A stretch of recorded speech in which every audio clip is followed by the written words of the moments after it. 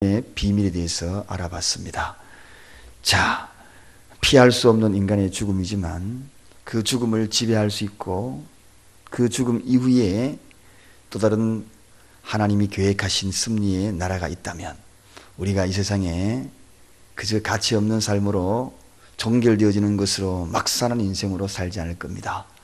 오늘도 그 비밀을 우리가 알았기에 새벽을 깨우면서 이곳으로 달려나온 것이 아니겠습니까? 자, 오늘은 계속해서 이 예수님의 놀라운 절대적인 이 위대한 사역에 대해서 좀 말씀을 나누고자 합니다. 예수님이 하시는 일은 참으로 위대하다. 표현할 길이 없는 그러한 이야기를 위대하다. 그렇게 무엇으로 표현할 수 있겠는가 하는 것입니다. 바로 이 예수님이 하신 말씀 가운데 두려워 말고 믿기만 해라. 이 이야기의 이 말씀 속에 그의 놀라운 위대한 사역의 비밀들이 그 속에 숨겨져 있거든요. 오늘은 그 위대한 사역의 비밀들을 한번 알아보고자 합니다. 야이로 집에 왔습니다. 딸이 죽었잖아요. 얼마나 슬프겠습니까? 그런데 오늘 이 본문에 앞서서 어제 우리가 말씀을 읽었습니다만 40절에 보니까 거기에 부모와 자기와 함께한 자들 데리고 아이 있는 곳으로 들어가사 하고 소개가 됩니다. 자, 아이 있는 곳에 들어갔는데 누구만 데려가느냐? 자기와 함께한 자들, 베드로, 야고보, 요한 이 세 사람하고 다른 사람 다 내보내고 부모만 데려가는, 부모만 데려. 왜 그랬을까요? 여러분, 먼저 우리 주님은 환경을 정리하시는 분입니다. 주변에 얼마나 어수선했습니까? 주변에 울고 불고 땅 두드리고 헌화하고 그런 모든 사람들, 비웃음의 시선을 가득 갖고 있던 주변 환경들, 문제들, 그런 모든 것들을 먼저 정리하는 것을 봅니다. 그래서 위대한 예수님의 사역의 첫 번째는 뭐냐? 그것은 바로 환경을 지배하시는 사역을 하신다. 환경을 지배하신다. 어떤 환경이십니까? 하나님은 우리 환경을 다 지배하시는 분입니다. 환경의 주인이라는 사실을 믿으면 내 모든 환경도 깔끔하게 정리가 된다. 뭐 울고 불고 울지 마라. 이제부터 울지 마라 한마디가 끝나는 겁니다. 왜 그렇게 울고 불고 하느냐? 울지 마라. 그리고 주변을 싹 정리하고 이게 무슨 이야기지? 지금 통곡이 일어나고 지금 야이로 집안에 얼마나 슬픈 일이 있습니까? 딸이 죽었는데. 그런데 예수님이 하신 말씀은 울지 마라. 일단 환경을 딱 정리하고 그리고 주변에 있는 사람을 다 내보냅니다. 걱정과 염려하는 모든 사람들, 통곡하는 사람들 다 밖으로 내보낸. 그렇습니다. 우리 집안에 그분이 주인이 들어와서 주인만 되어주시면 우리 집안의 모든 환경은 정리가 될 줄로 믿습니다. 그래서 다 내몰아버려요. 문제 다 내몰아 나가라는 겁니다. 어려운 환경 다 나가라는 것입니다. 부정적인 생각들 다 나가라는 것입니다. 쓸데없는 생각들 다 나가라는 것입니다. 왜? 그분의 사역이 환경을 지배하시는 분이니까. 여러분, 우리가 잘 알고 이제 풍랑을 만나가지고 제자들이 밤이 맞도록 노를 젓고 앞으로도 못 가고 뒤로도 못 가고 그럴 때 그분이 그 배에 오르셔서 환경을 일시에 정리해버리잖아요. 바다야 잠잠하라. 한마디로 딱 정리, 깔끔하게 정리. 여러분 너저분하게 여러분 집안에 어수선하게 복잡하게 얽히고 설킨 것 우리 주님이 주인이 되어서 우리 집안에만 호주만 되어주시면 집안의 주인만 되어주시면 우리 집안의 환경 정리는 문제가 아닙니다. 깔끔하게 정리되는 거죠. 내 사업체에 얽히고 설킨 것 그 사업의 주인이 되어주시면 깔끔하게 정리를 시키는 것입니다.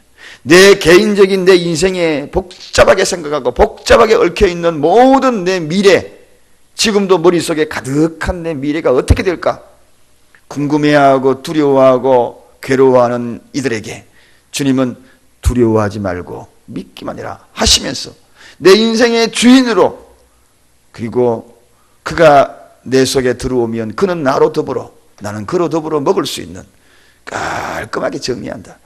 여러분 그렇습니다. 오늘 여러분의 인생의 주인으로 모시기를 간절히 축원드립니다. 그러면 문제가 달라진다. 우리 가정에도 주인만 딱 되어주시면. 그래서 제가 신방 가서 제 입에 붙어있는 기도가 그것이죠. 하나님 이 집안에 호주가 되어달라고.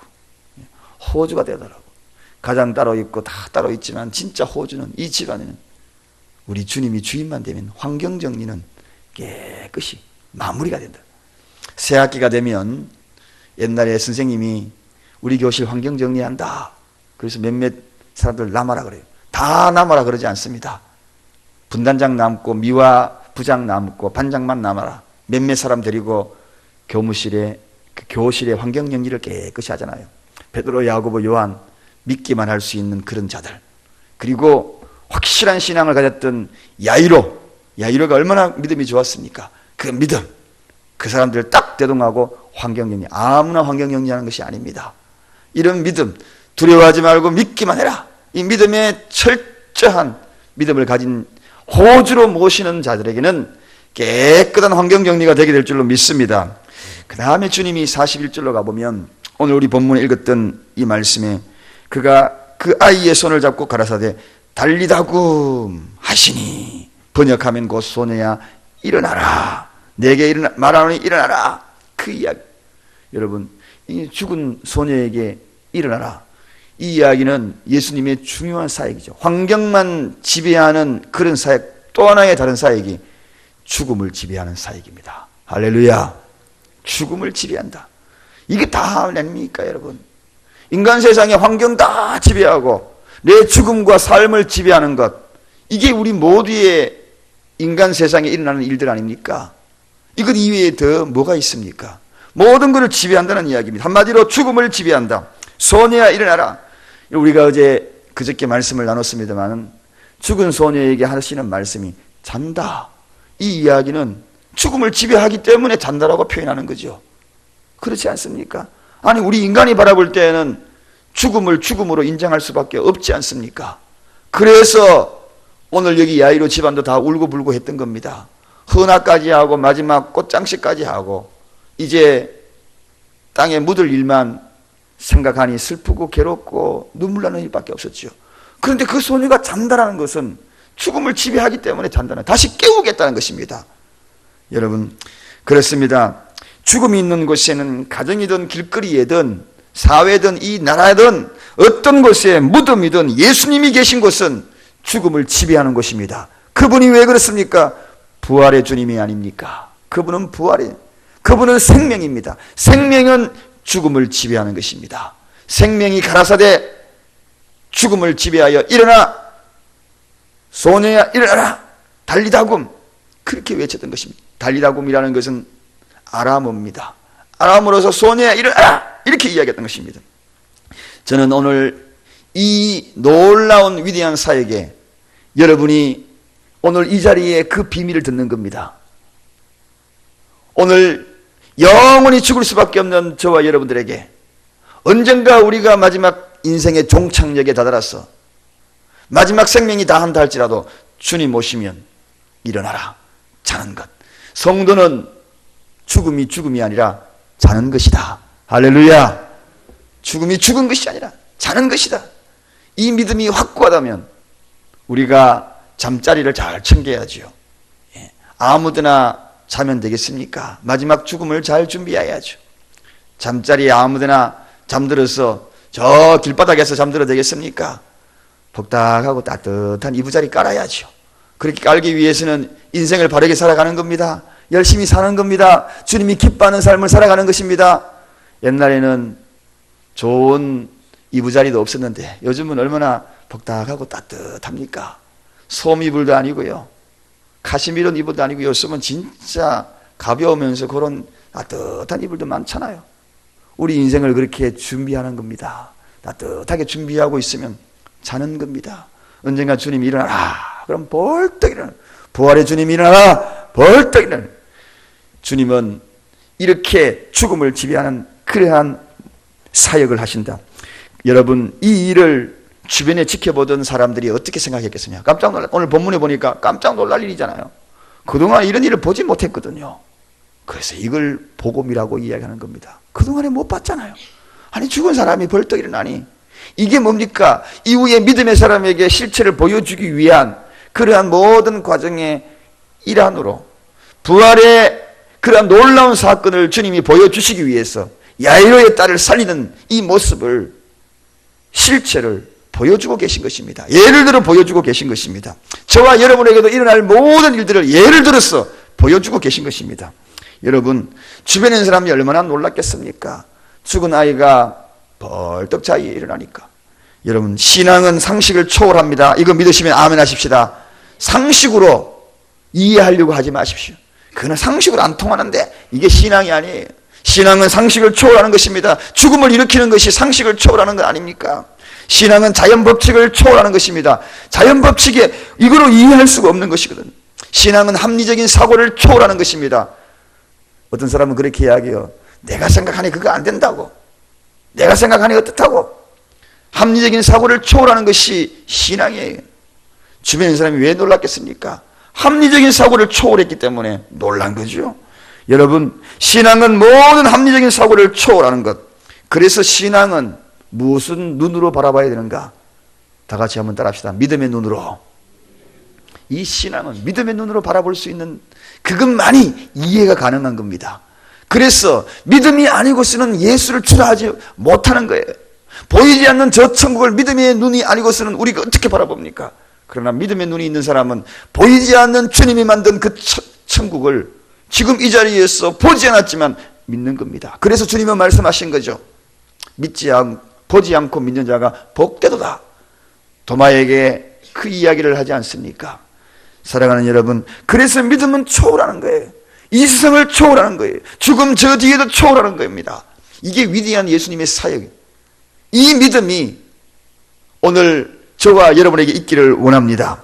자, 이 믿음을 가진 자가 누구인가? 이제 마지막 결론에 치닫습니다. 이것이 바로 야이로 부부의 믿음입니다. 여러분, 믿음은 이런 믿음을 가질 때에 반드시 믿음은 보상이 있다. 우리 다 같이 따라하시죠. 세 번째입니다. 믿음은 반드시 보상이 있다. 믿음요, 그저 아무것도 아닌 것 같이 세상 사람들이 도저히 이해 못할 그런 믿음, 새벽에 이렇게 올라오는 게 보통 믿음 아닙니다. 이 믿음 반드시 보상이 있습니다. 여러분, 믿음은 반드시 보상이 있다. 오늘 이 야이로 부부의 믿음이 어떤 믿음이었다고 저 앞에 이야기했습니까? 그 믿음은 굉장히 여유 있는 믿음이다. 굉장히 여유가 있었다는 것입니다. 또 어떤 믿음? 인내가 있는 믿음이다. 또 어떤 믿음? 맡기는 믿음, 즉 의뢰하는 믿음이다. 또 어떤 믿음? 말씀을 딱 붙드는 믿음이었다. 이런 믿음의 소유자들, 그들에게는 반드시 보상이 있다. 여러분, 지금 조그맣게 믿었지만 그 믿음의 결과는 겨자씨 조그맣게 그런 마음 가지고 오늘 이 새벽에 와서 믿었지만 그 믿음의 결과는 반드시 보상이다. 언젠가 새들이 깃들고 그 겨자씨 한 알이 자라서 새들이 때를 넣어서 그 위에 앉아있는 보상이 있고 새들의 노래소리를 들을 수 있는 보상이 있다. 야이로의 믿음, 그 죽은 딸이 살아나 달리다 꿈, 두려워 말고 믿기만 해라. 주님이 그런 말씀하셨잖아요. 그 말씀 속에서 믿었더니 오늘 그 믿음의 결과 보상이 뭡니까? 야이로의 딸이 벌떡 자리에 일어났다는 것입니다. 믿음은 맞는 키입니다. 믿음만이 능력이라 하시네. 믿음, 두려워 말고 믿기만 해라. 대담한 믿음, 여유 있는 믿음, 인내하는 믿음, 의리하고 맡기는 믿음, 그리고 말씀을 딱 붙드는 믿음. 그 믿음을 딱 가지니까 두려워 말고 믿기만 해라. 믿음은 만능입니다.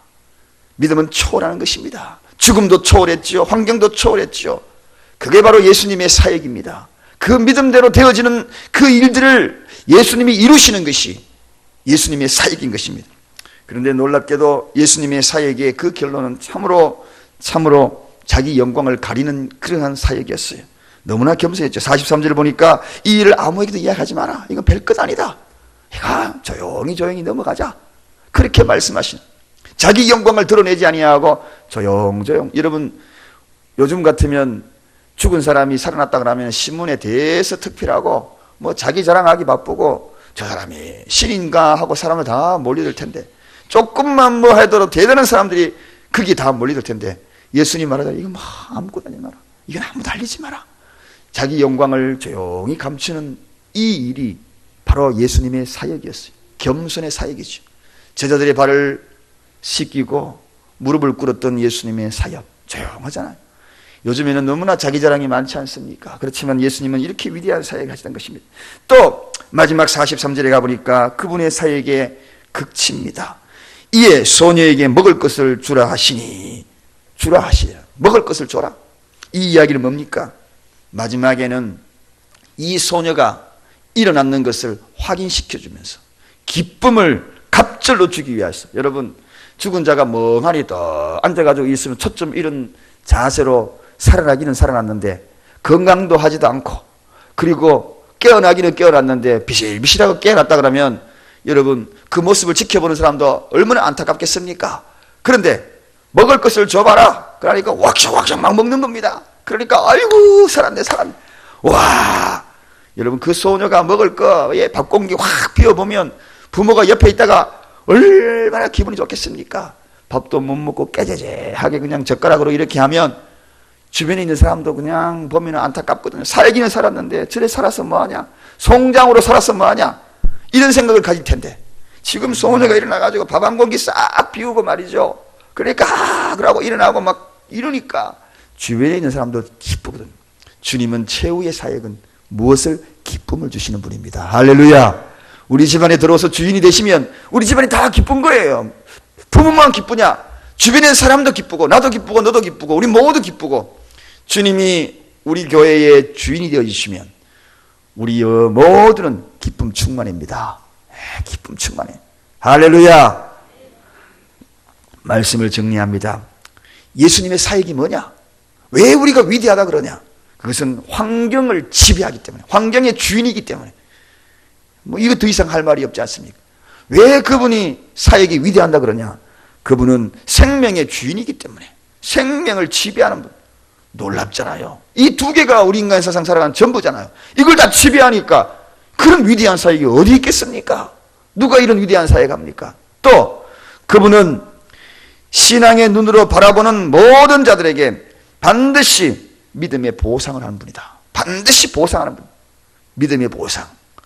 여러분 겨자씨만한 믿음도 보상해 줄 줄로 믿습니다. 보상의 주님이다. 지금 실망하지 마셔요. 언제인가 반드시 보상받습니다. 지금 기도드렸던 것, 믿음으로 기도드렸던 것 이후에 반드시 보상하시는 분입니다. 그래서 감사한 거예요. 그래서 그분의 주님은 자기 영광을 드러내지 않습니다. 겸손의 사역을 하셨던 분이, 또 모든 사람에게 마지막에 확신과 기쁨을 주는 사역이다. 그래서 기쁨 충만, 성령 충만한 기쁨 충만. 주님의 사역을, 주님이 우리 집에 주인만 되면 기쁨 충만, 우리 교회에 기쁨 충만, 내 인생에 기쁨 충만. 아멘 할 때까지 하려고 그래요. 기쁨 충만. 그 사역을 믿고 나가시길 바랍니다. 할렐루야. 기도하겠습니다. 하나님 감사합니다. 너무나 감사합니다. 내가